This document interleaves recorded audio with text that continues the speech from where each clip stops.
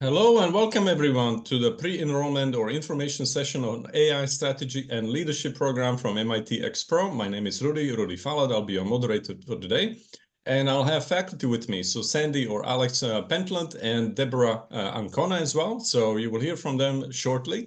We'll talk to you a little bit about what this program can bring you. How can you get to the next level? Because that's what everybody's talking about these days, AI, right? So after this, you'll be fully equipped to deal with all these things.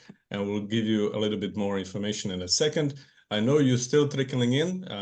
Contrary to popular belief, Zoom security is not so bad. So we're checking everybody at the door, making sure at the right place, which is AI strategy and leadership program from MIT xPRO. And you can help us by telling us a little bit about yourself as well. So if you can put this in the chat, where are you connecting from? That would be great. So Raja already says hello. Where are you saying hello from, Raja? If you just tell us in the chat. So Sandy and Deborah also has a bit of a feeling how international this crowd typically is. All right, so Raja from India, and we got Rajini from New Jersey. All right, anybody else? We got Toronto in the house, so Canada. We got Atlanta, Georgia. We got Chicago, we got Dubai. All right. All right, and we got Vancouver, Canada as well. So Barry, brilliant. And we got Richmond, Virginia in the house, in New Jersey, Jeff. And from Boston, New York City, Boston again. All right. So many people from all across the US and also from abroad. So that's brilliant. So that's what we'd like to see. So going forward, if you have questions, please put them in the Q&A. That's a little bit better for us to manage. If you have comments, then you can put them in the chat. But if you have questions, please put them in the Q&A. We'll answer them at a suitable point in the program, but we will have plenty of time for Q&A at the end. You will see we have few slides. We don't want to turn this into a masterclass or a lecture or anything like this, but we have a few slides to guide our discussion today. So I see Abu Dhabi in the house as well. So, all right, great stuff. So Sandy is with us. He will talk to you about his part of the program. So Sandy, just say hello, please, for now. Hi there. All right. Yeah, and Deborah. Again, hi, everybody. Good morning, good afternoon, good evening, as we all say, since we have people from all around the world. Brilliant. So thank you so much. Once again, I'm a moderator for today. I work with Emeritus that works with MIT xPRO to deliver this to you. So what are we going to do today? We're going to talk to you about the program. We're going to talk about the university or the online courses that you can get from MIT xPRO. What you will get from the program, you will get a bit of an overview of the faculty and the guest speakers as well. There are plenty of guest speakers from the industry that you will hear from in the program. And mentioned several times the curriculum already, so that's clear. Also, how your day-to-day experience will look like when you take this course. I will explain in a second what you will get at the end.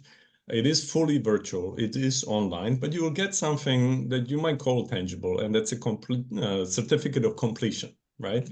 It will be virtual though, so you will not expect anything in the mail, right? There will be capstone projects to do. There will be faculty live webinars and also guest speaker live session. And in addition to certificate, we'll talk to you about next steps, right? So after this webinar, what can you do if you are interested in this program?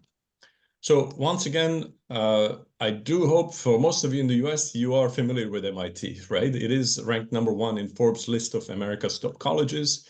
I think what is clear, or what should be clear about MIT xPRO brand is rigorous research, innovative research. So rigorous academic research and innovative research at the same time, right? So what you will get here is independent, unbiased research and insights, which are backed by the research, not just by some statements or self-interested parties, but independent and academically very rigorous, well-known faculty research. Rudy, can I interrupt you for a second?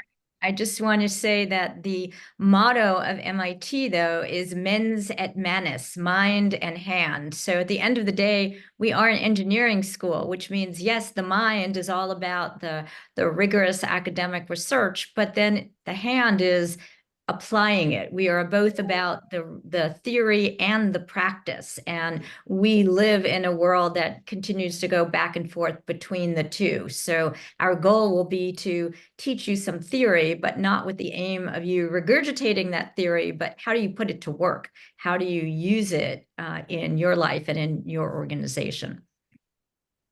Absolutely. So rigorous research is one thing, but this is a course for business executives, right? So this is not a technical course, but this is an executive course. So this will be heavily focused on being hands-on and the application of what you hear here. All right. So now maybe this goes without saying. Why are we talking about AI? Everybody's talking about AI, right? But people talk about AI from different angles. One of them could be related to you, right? Maybe you take this course because you want to advance in your careers, you want to transition to a different role, or you are already a senior executive and you want to be well equipped to deal with what AI can bring us. In any case, this can be represented by one of the stats on this page, which is potentially 97 million new jobs are projected to be created by AI.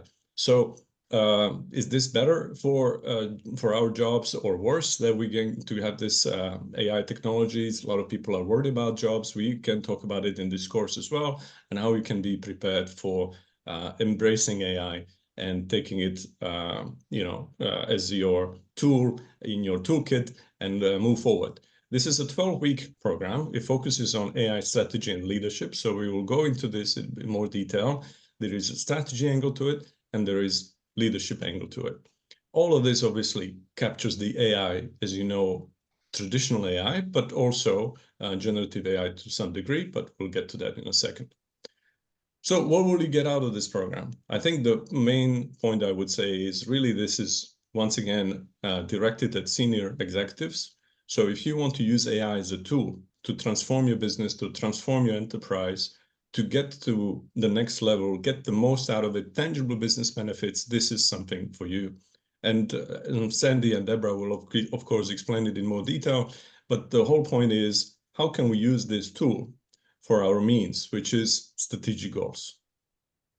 Deborah, Sandy, anything to add here? Well, I think one thing that people should understand is about the field of AI, generative AI. People talk, oh, it's generative AI. Well, generative AI is different, of course, than older AI, but not that different. An awful lot of it is really the same base. And generative AI is actually no longer the hottest thing in Silicon Valley. Now it's agentic agents. So AI has agents to do processes, tasks for people, advising people.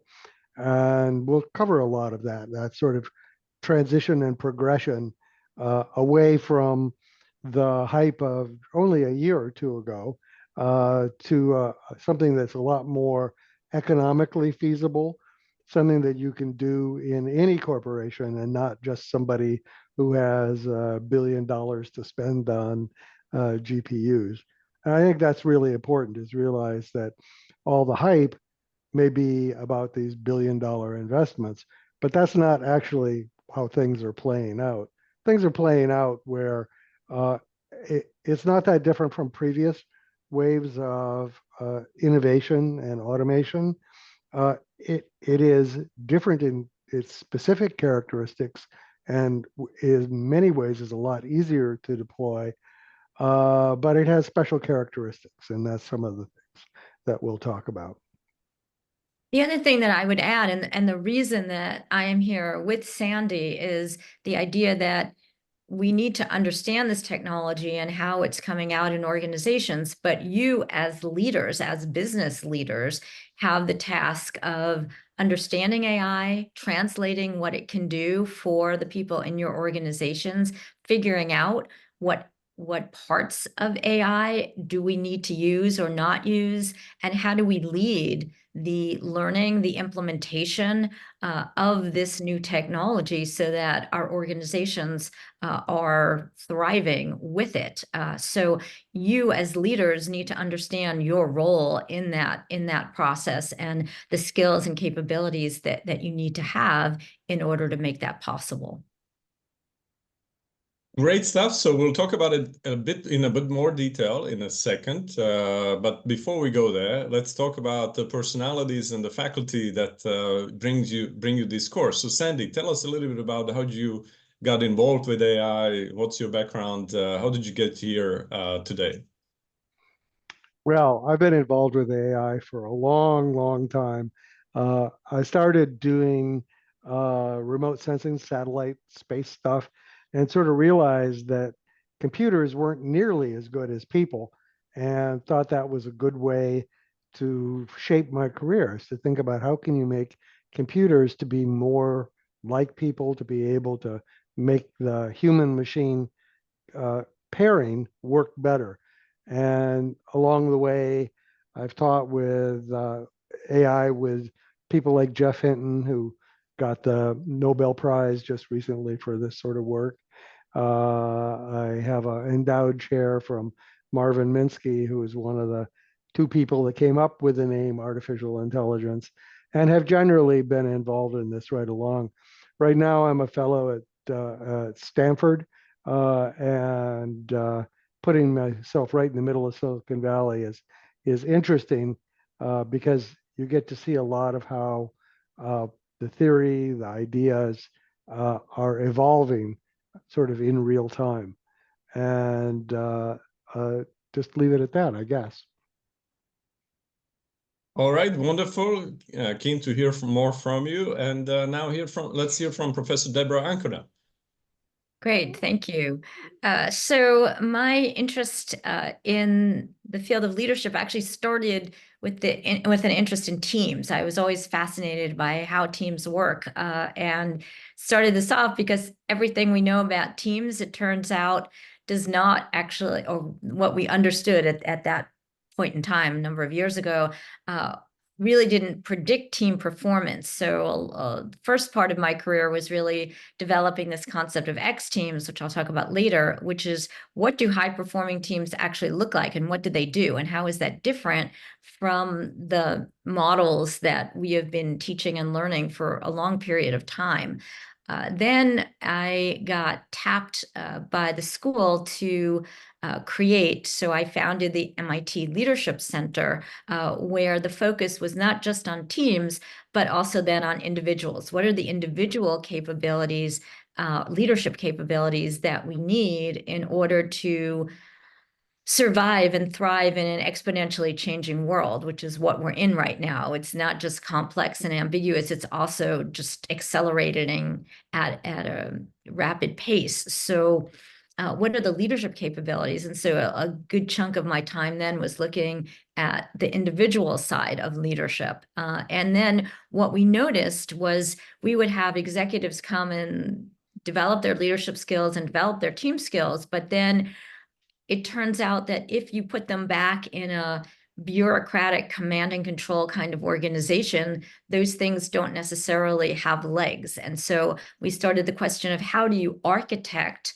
organizations to be more nimble, to be more agile, to encourage autonomy and people learning all the time. And so that started work on another big research project on nimble organizations. So those are really the three pillars of the work I've done: individual capabilities, how do we create high-performing teams, and how do we architect nimble organizational cultures and structures to enable us to move quickly. And in this course, that's all focused on how do we use those leadership concepts for AI.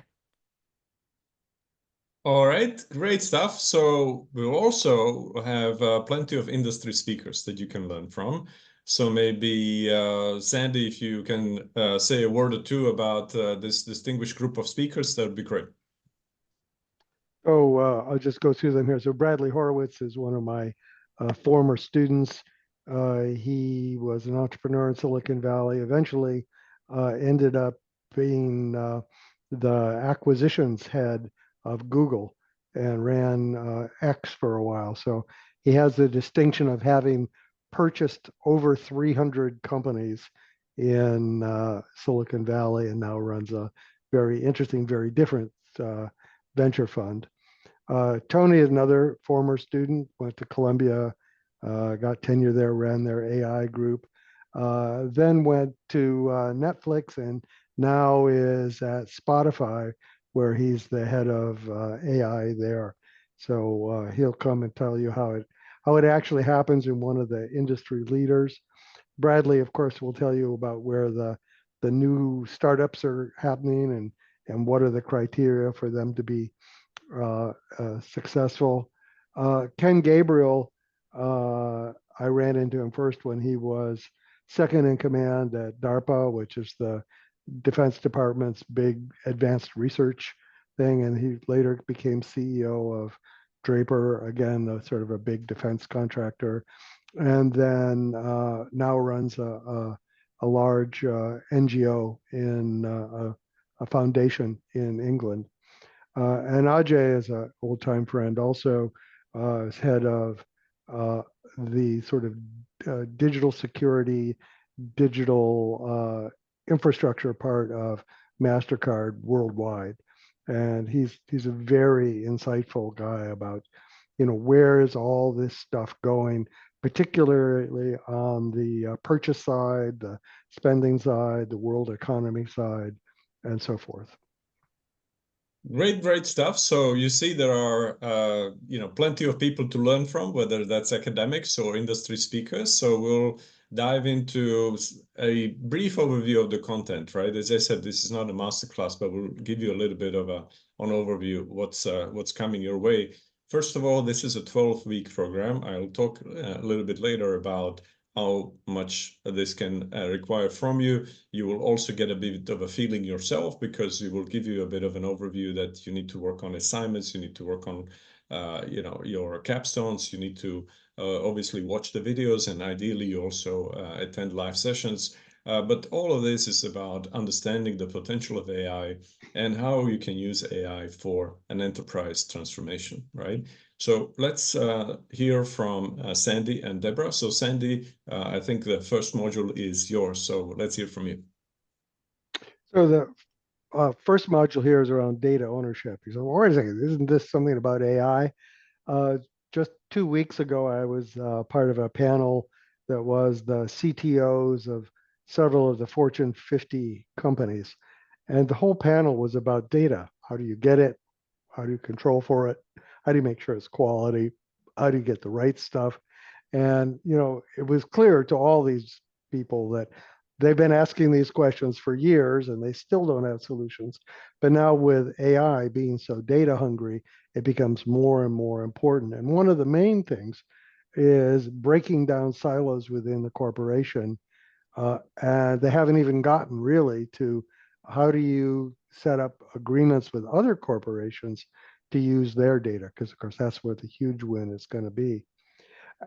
That said, they're forging ahead. They're doing a whole series of small projects. That gets to this module 2.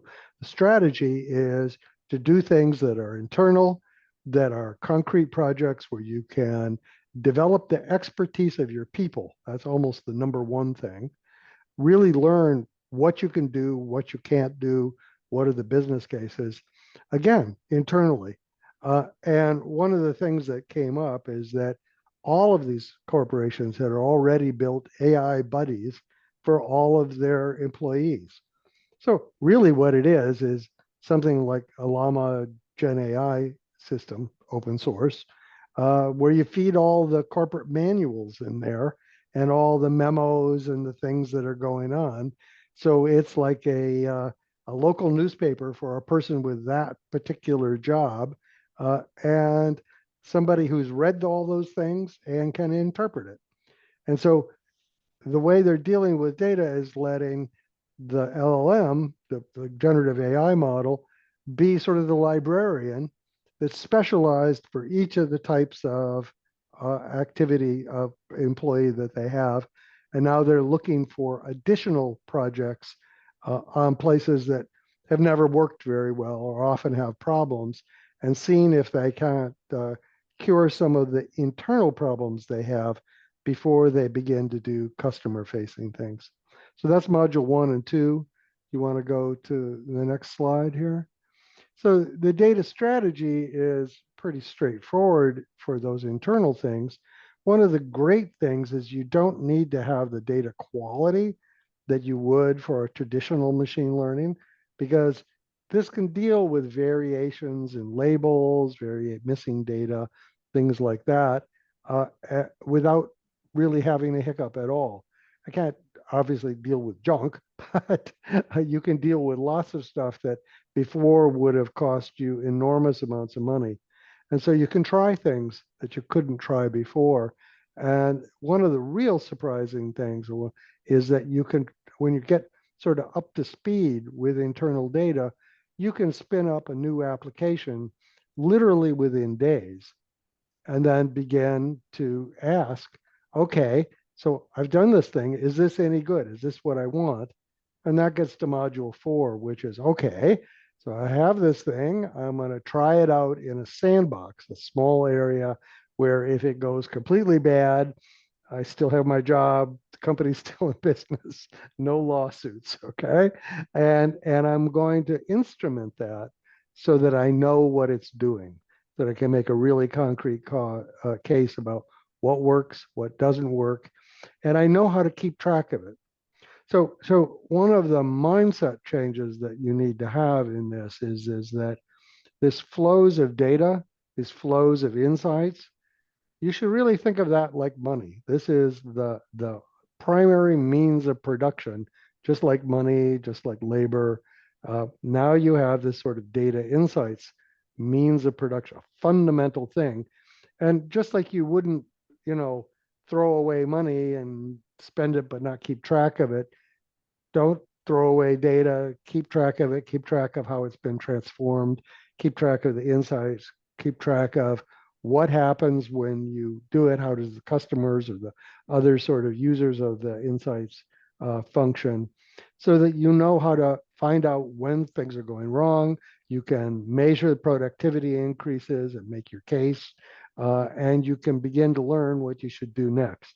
So all of this is meaning that you need to have audit trails and you need to have assessment, and that has to be part of the basic deployment strategy, so that you can understand what's happening.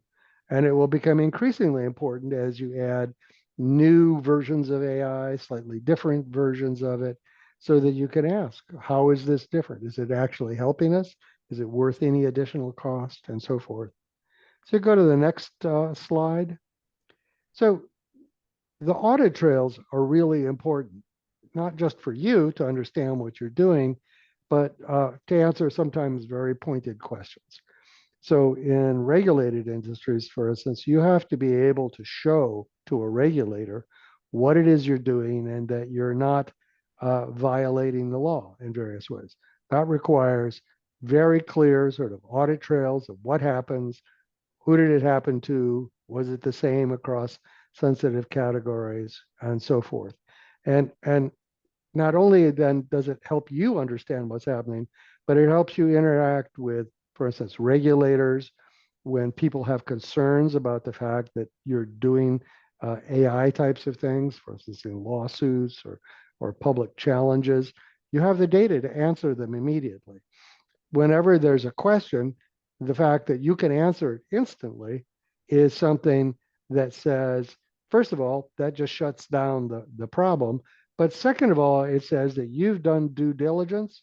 You've been able to actually keep track of what's happening in a way that is best practice. And that means that you've avoided the serious risks that you would have if you had something just running off and you didn't know what it was doing. So that's a really key element. And some of the things is this final module here that I'm going to talk about now, which is data privacy and security. The main stuff of your business are trade secrets, it's customer lists, it's the things that you're doing. And you have to be able to operate on that and keep it private. to keep it secure from hackers, from competitors, and so forth. And so you need to understand what are the methods you can use to be able to use this data without exposing it, to be able to derive insights and keep track of them without, again, exposing them in ways that are sort of unfriendly to the environment that you operate in. So this is just like with money, you know, you don't waste money, you don't let people steal money, you don't let people steal data or insights either. Same sort of mindset, and it's a key element here in what you have to do. That's what this number 6 module is about. All right, great stuff. So let's hear about leadership in AI as well from Deborah. So please let us know. Yes, thanks. So in this new world that Sandy just talked about, we're asking people to do a lot more things and to lead. When leadership here, I'm not actually talking about formal leadership at the top of the organization. In this world of AI and exponentially changing world, we talk about distributed leadership, the need to have leadership at all levels. So in this exponentially changing world with leadership at all levels, what are the capabilities that are needed to, again, help the firm to learn about AI, to figure out how to translate it, to implement new things, to run these experiments that Sandy was just talking about? There isn't a clear, here's the 5-year path. We're running experiments continuously to see what works and what doesn't work, and what are the pros and cons. It's not always black and white either. For example, a really interesting experiment at BCG, the consulting firm, found that yes, using AI to help in consulting can raise levels of revenue and raise quality, but it also kind of limits the consultants. They feel as if they're dumber because AI is doing all the work, and they get addicted to it and don't question the AI as much as they might a person. So what happens in these experiments? What can we learn from them? And so in this first module, we introduced this model called the 4 Caps Plus. Sense making is one leadership capability. Leaders need to be able to understand the context in which they're operating. So understand what's new in the AI world. How can we use it in our organizations? Who are the best people out there or companies, and how do we learn from them? So sense making, relating, creating relationships, again, not just in the team, but across the organization, because the implementation of AI is going to require relating across silos and functions and disciplines, but also relating outside of the company. We need to reach out into the broader ecosystem to partner with other companies and to do the learning we need to do. So sense making, relating, visioning, what's the vision of the company with AI as part of it?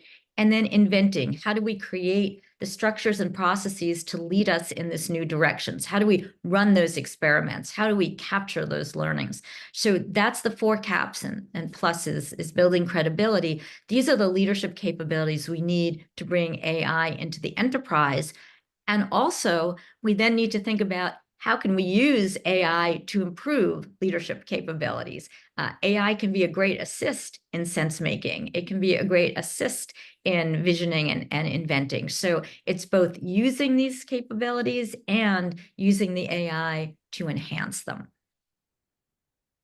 The architecting a nimble organization speaks to the fact that, yes, we as leaders in the company need to do better. That's module 7, but we also need to architect nimble organizations that are able to move quickly and take advantage of this new technology. And so here we work on a model of nimble organization, which speaks to different kinds of leadership that you need to have in the company. One is entrepreneurial leaders, the people running these experiments, the people who are thinking of new ways to implement AI, new places to put it in. But then you need enabling leaders to help them. If you have kind of people who are not necessarily at the top of the organization also inventing new ways to use it, you need to help them. And so enabling leadership becomes part and parcel of these new organizations. And then finally, the top of the organization has to architect the game board, if you will, in which these new kinds of leaders are operating. So what does the culture need to look like? What kind of structures can we put in place so that the organization can move more quickly and nimbly in this ever-changing environment?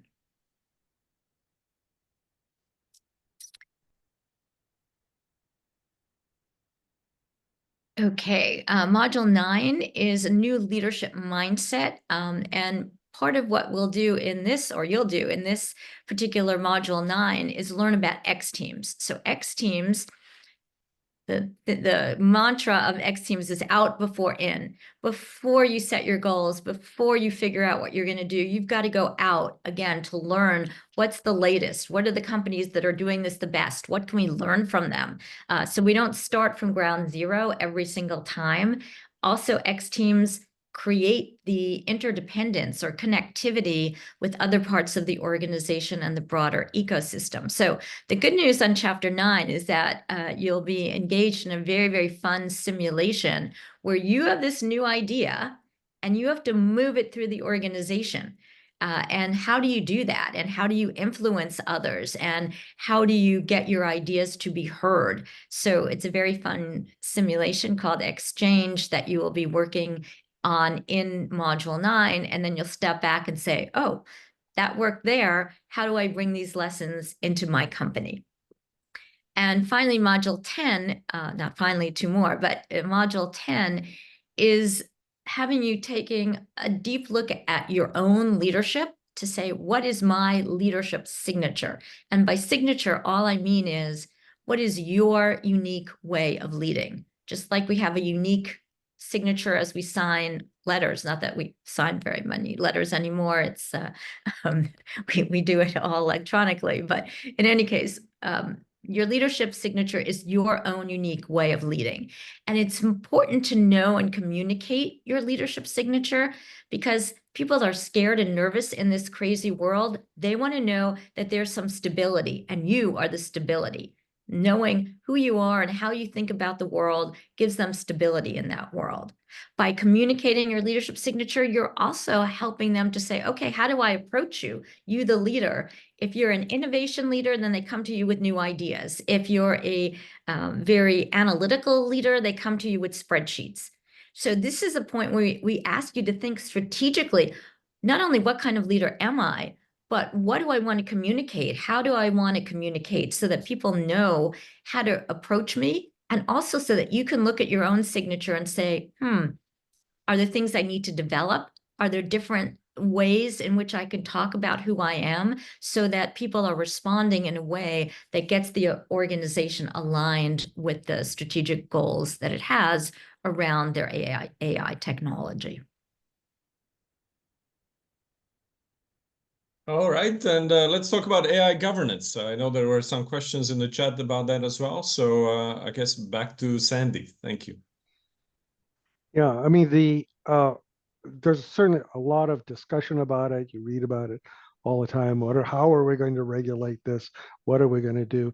I think that a lot of that is sort of adrenaline fueled. That doesn't mean you can ignore it. You have to be able to deal with people who have deep concerns, who are excited about things, or deeply worried. And there are some things to be deeply worried about. However, you can also approach this in a fairly rigorous but organized way.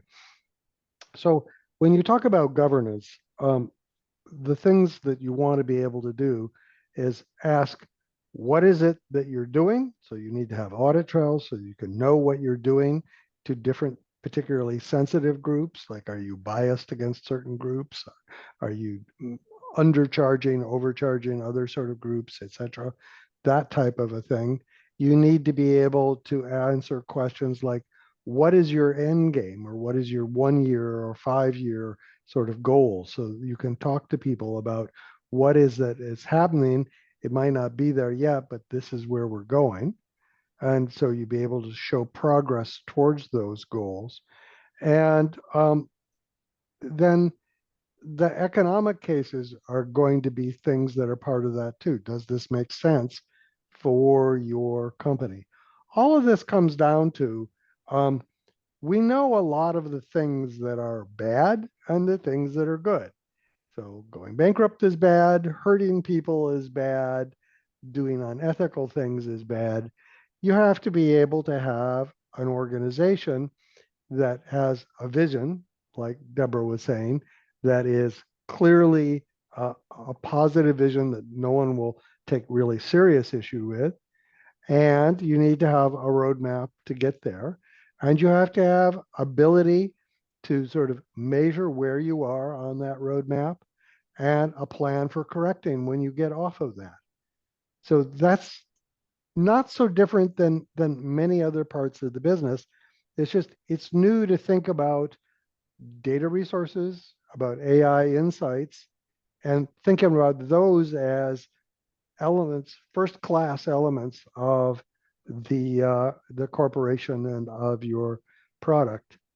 You also need to be able to answer that this is something that is a true picture of what you're doing, which means the people involved in this oversight can't be obviously biased. They can't be people who have too much skin in the game. And so at the same time, you don't want people who are just critical. So a lot of mistakes that people have been made by constructing a board that's all fairly radical advocates, which makes it very difficult to do business because they're not willing to accept the good as opposed to the excellent, but the excellent, there's no business model associated with it. So you need to find practical people who have some reputation for helping to do these sorts of things well, are not completely obviously biased about this. They're not, they can be more objective. And you have to be able to answer questions.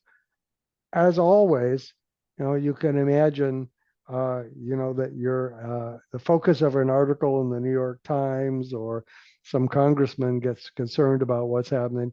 You have to be able to have clear, defensible answers for these things. Now, most of the things you do won't rise to this level, but you have to be vigilant about it. So, for instance, I talked about all these CTOs who had deployed AI buddies for their employees. It's a very easy thing to do. You take the manuals, you use those as prompts for off-the-shelf AI, you got an AI buddy. But for instance, Wells Fargo did something like this, not with AI, but with keeping track of things. And they made the incentives for people to create new accounts and drive new business so large that the employees were making fake accounts. And they got in an enormous amount of trouble with this. So you have to actually be able to stand back and say, okay, we know what we intended to do. Are we really doing it, or are there problems? The problem with Wells Fargo is they didn't keep track of what was actually happening. And when they finally discovered it, they tried to cover it up. Both bad mistakes. So that's the sort of heart of governance, and we'll talk more about that.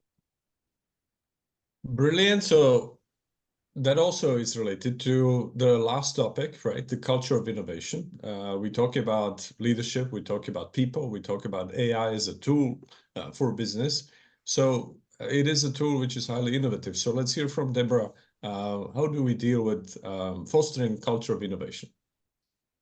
Yeah, so there's a fair amount of research, some of which we've done, but also a lot of which comes out of the Center for Innovative Cultures that's run by Jenny Chapman at Berkeley. And in that work, what she shows is that having the technology is not enough. You need an innovative culture. Those two together are what get you ahead in the in growth and profitability. So here we examine a little bit of what does a culture of innovation look like, and includes things like experimentation and learning. Are you learning all the time because you are running these experiments? It has to do with teams forming and reforming, those X teams, so that you're, again, sense making about what's going on and aligning up and down the organizations.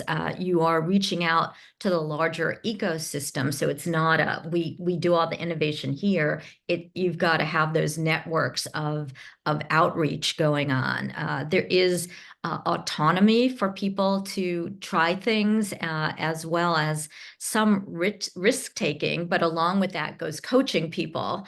And then so that's all about creating more of innovation in the organization. But on the other side, you also need to have guardrails. That's exactly what Sandy was talking about, guardrails. You're innovating within a space that's safe so that you're not going off track. So that's a lot of what we look at in this culture of innovation is what does that look like and how do you begin to move forward? Great stuff. So this was an overview of the curriculum. You can see that there is a lot to talk about. This is just an overview of what you will learn in the program. It's 12 weeks. How will that look like from your day-to-day perspective? I think the key thing to remember is there will be some lectures that are pre-recorded, so you can watch them whenever you want. Some people call it asynchronous learning, right? And some learners, they watch the videos before work or during lunch break or after work, whenever it suits you.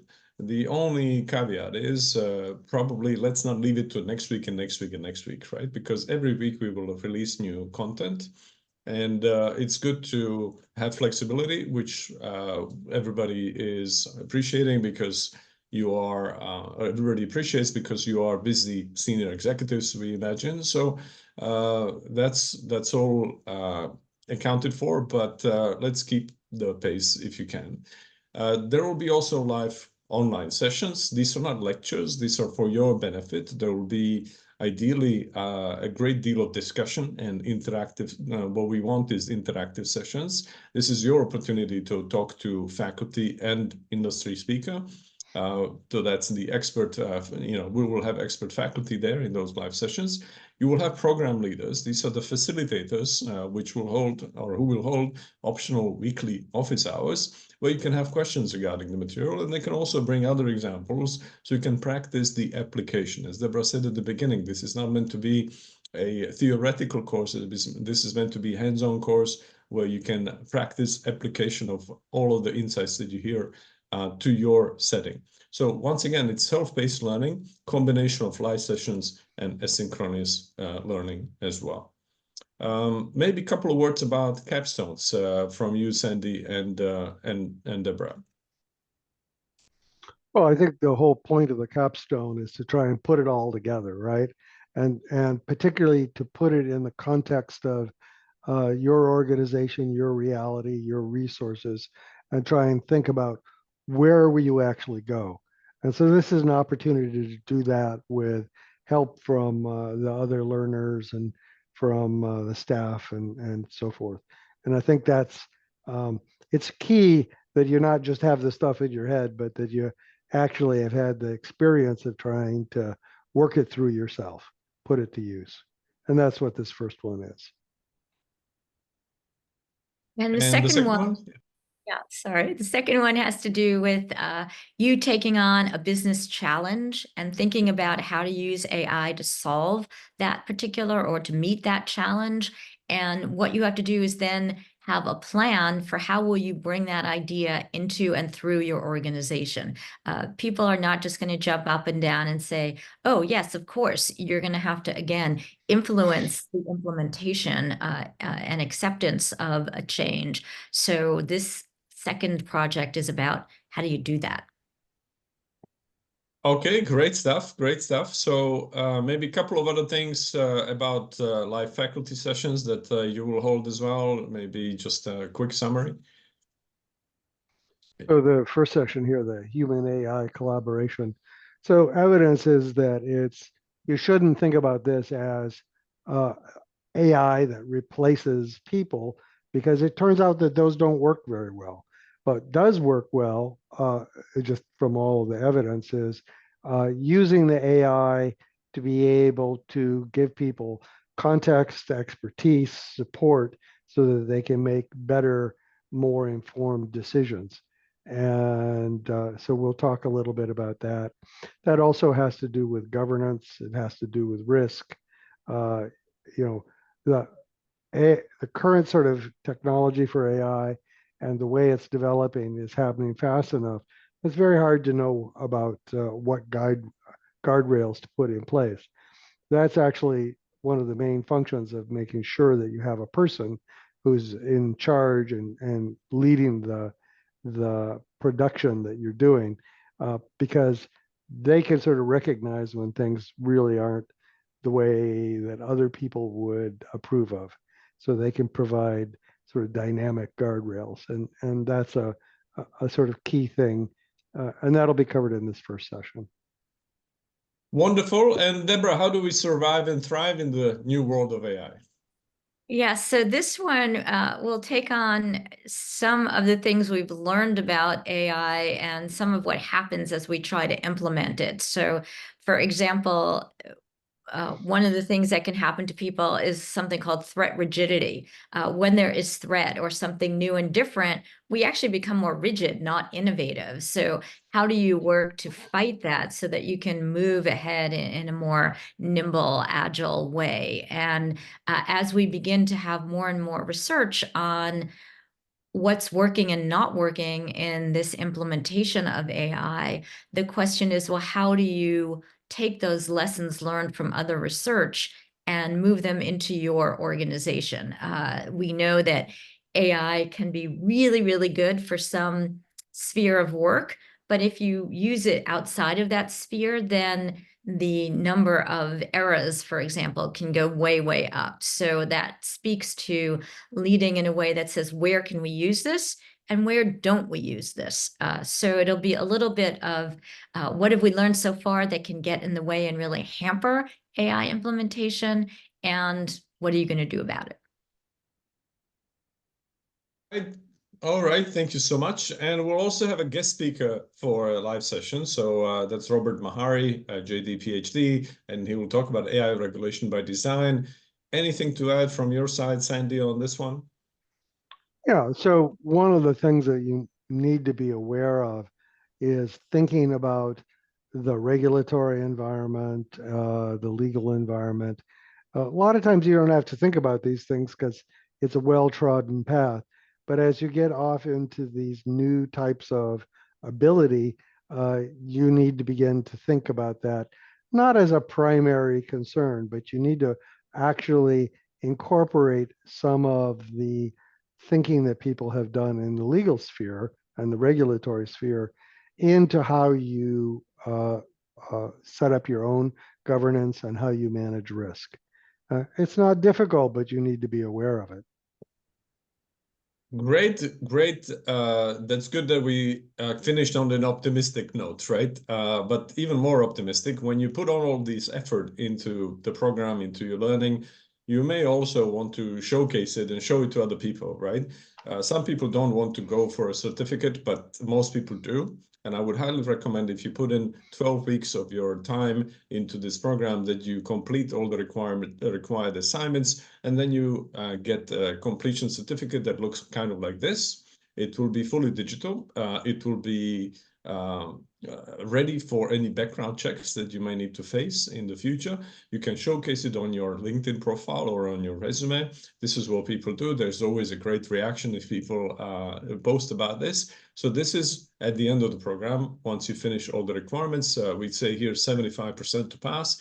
There is no distinction. We don't go for grades.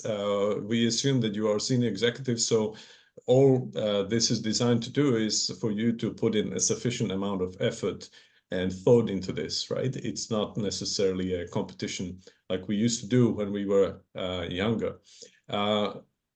Here's the page on what you can do next. So if it is clear after you've heard Sandy and Deborah that this is the program for you, this can help you in your career, then you can click on the link on my left or scan the QR code if you have a phone with you, and it says apply now. My colleagues also will put the link in the chat, and I see it now already. Okay, so you can click on apply now if everything is clear. You'll get the brochure there, and you can register. And the whole program from there onwards will be very easy to follow. And hopefully we'll see you there. Or If you still have questions, then you can schedule a call 101 with an advisor. So that's on my right. You can scan the QR code there or click the other link in the chat and schedule a call with an advisor to learn more. So it says schedule a call. Now, while you're looking at this and thinking about whether this is the right thing for you or whether you need more information, then let me also look at some of the questions in the Q&A. And many of them were answered by our team already, but Byron has a few questions, which I think Sandy or Deborah, you can answer. First of all, or I will help you with one of those. Byron says, AI is changing so rapidly. How iterative is the content in the course, ensuring the content is fully current with the latest perspectives like agentic AI and not content from 12 months ago? For this, we have live sessions, but maybe Sandy, you have something to add here. There's two things. One is, I'll speak for Deborah for a minute. People are still people.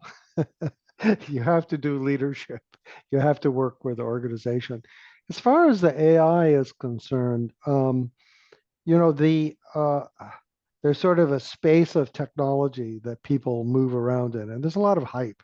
I mean, an incredible amount of hype. And one of the main things I think that we can do is help you sort of cut through the hype to be able to understand what's happening.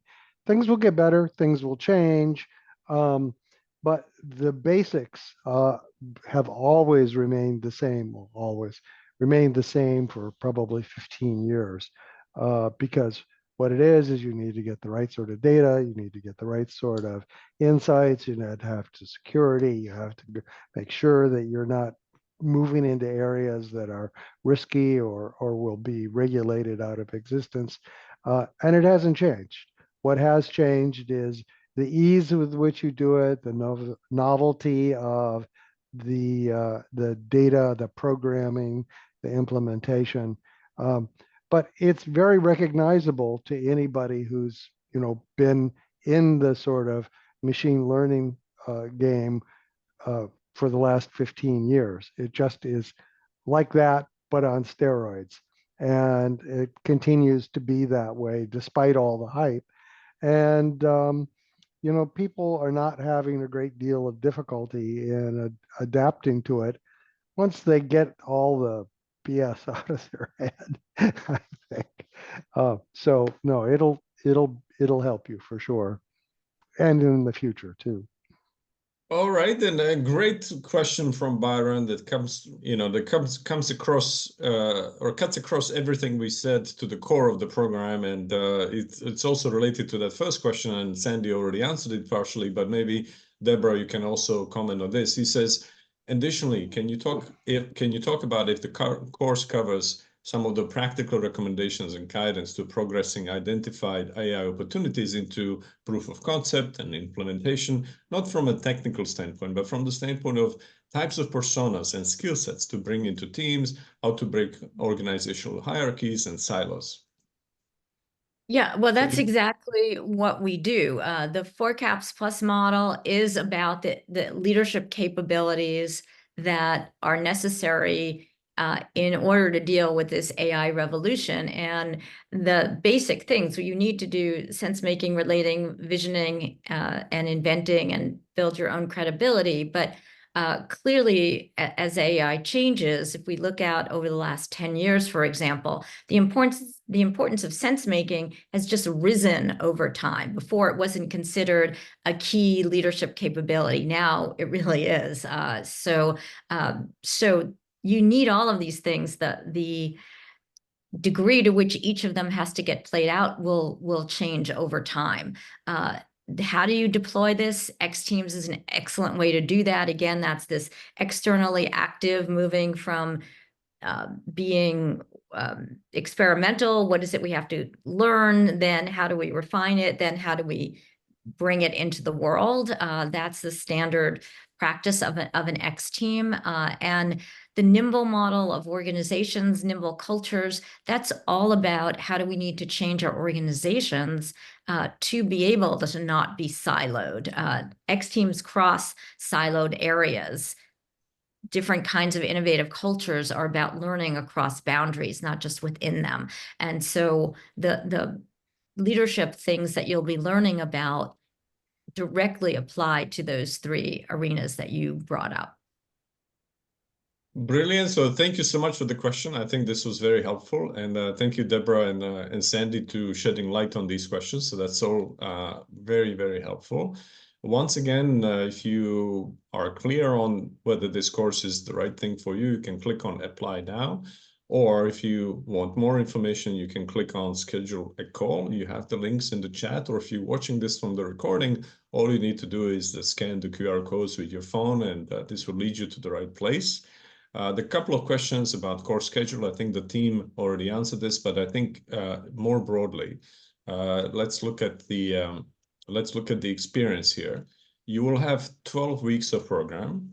We release content on a weekly basis, so not in one batch. So in case you are interested in something coming up in week 7, unfortunately, you need to bear with us, and we'll get there by week 7. And the lectures or lessons are pre-recorded. You can watch them whenever you want since that week onward. Typically, the assignments are due by the end of that week, but we can have a bit of a flexibility if you obviously are busy or you have other things going on at work or with your family, etc. And there will be capstones, which I believe are due at the end. When it comes to live sessions, these are to complement the pre-recorded videos and assignments and materials you'll be given. These are not lectures, so you don't necessarily need to stress in case you cannot make it. You have a big call at work. All of the live sessions will be recorded, and they'll be provided on the course website within 24 hours or so, and including any handouts, materials, and things like this. So obviously, it is better if you can be there in person, so you can ask your questions, but you can also submit those questions to us or to your program leader beforehand, and we make sure that they will be answered during live sessions if you cannot make it.